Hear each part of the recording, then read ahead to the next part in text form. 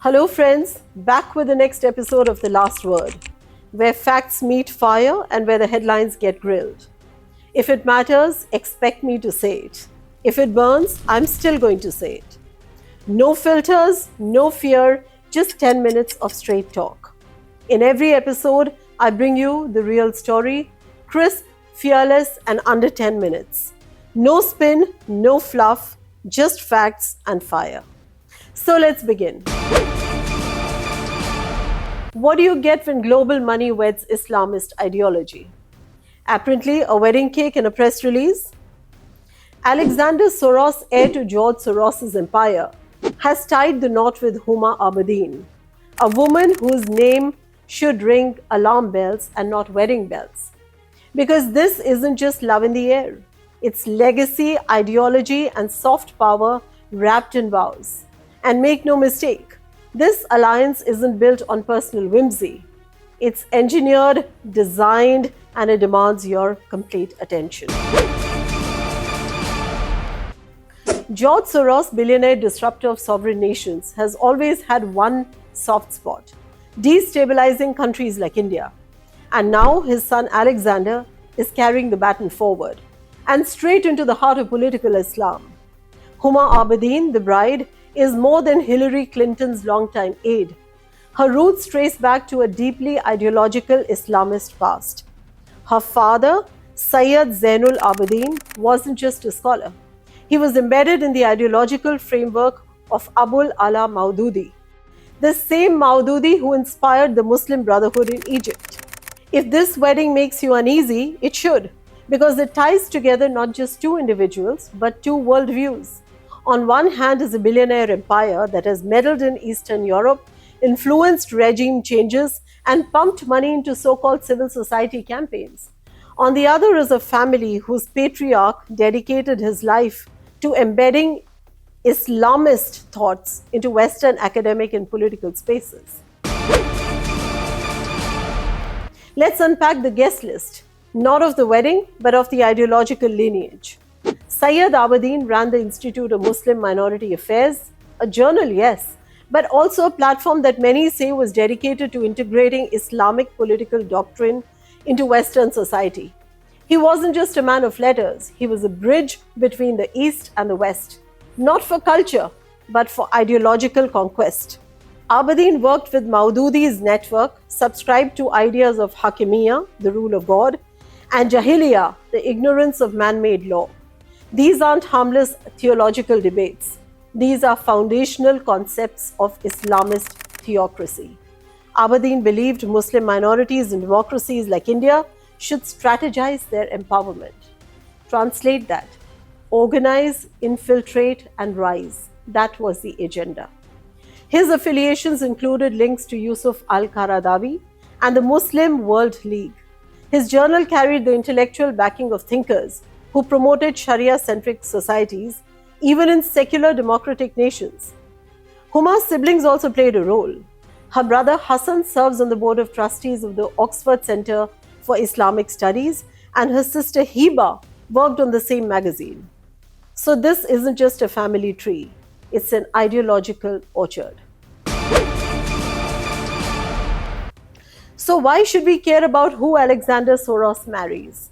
Because families like these don't just raise children, they raise movements. George Soros has openly declared his intent to fight nationalism and authoritarianism, his code words for strong nation states like India. Huma Abedin's family legacy, on the other hand, is about empowering a specific vision of political Islam, one that sees modern secular states as temporary obstacles. This is not a power couple we are talking about. This is a strategic merger. A Soros-Abedin alliance signals the ideological coming together of two forces that have always, in their own ways, resented India's rise. One wields money and the other wields ideology. Together they bring influence wrapped in legitimacy, a dangerous cocktail if left unexamined. And let's not forget, Abedin was Hillary Clinton's top aide, and she wasn't exactly fetching coffee. She had access to State Department cables, she had access to strategic briefs, and she had access to top secret intel. During her tenure, red flags were raised about her mother's journal, her brother's affiliation, and the family's Saudi ties. Even the Muslim World League featured prominently in their networks. Documents that were leaked during the 2016 election showed Huma's deep connections with Islamist institutions that have long sought to shift global narratives. But media silence has allowed all these connections to fade. But only until now. Now Soros Jr. walks her down the aisle, and the global media is gushing. Vogue calls it a union of intellect and service. I call it what it is, a union of soft power and silent infiltration. Don't be surprised when NGOs start aligning with new talking points, when Soros foundations increase funding for minority rights in South Asia, or when debates on Islamophobia suddenly dominate every global human rights forum. Because this marriage is not about companionship, it's about consolidation. Consolidation of narratives, consolidation of influence, consolidation of ideological capital. A Soros wedding is not a private affair. You have to get it right. It's a signal, a positioning, and a warning. India and the world must wake up, because Soros doesn't invest in people without purpose. And political Islam doesn't marry outside its interest. This is long-term strategy wrapped in celebratory headlines for us. Celebratory headlines for us. So here's the last word. This wedding is a message not to their friends, but to their targets. If you think this is just personal, you're not paying enough attention. If you think George Soros has hung up his boots, you haven't seen who's wearing them now. Alexander Soros and Huma Abedin are not just newlyweds.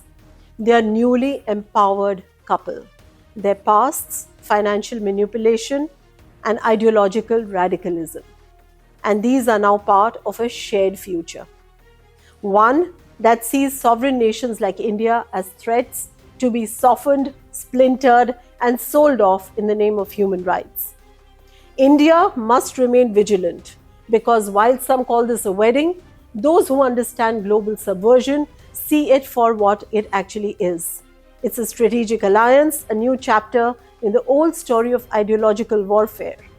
And as always in this global theater, we must ensure that India and not Soros has the last word.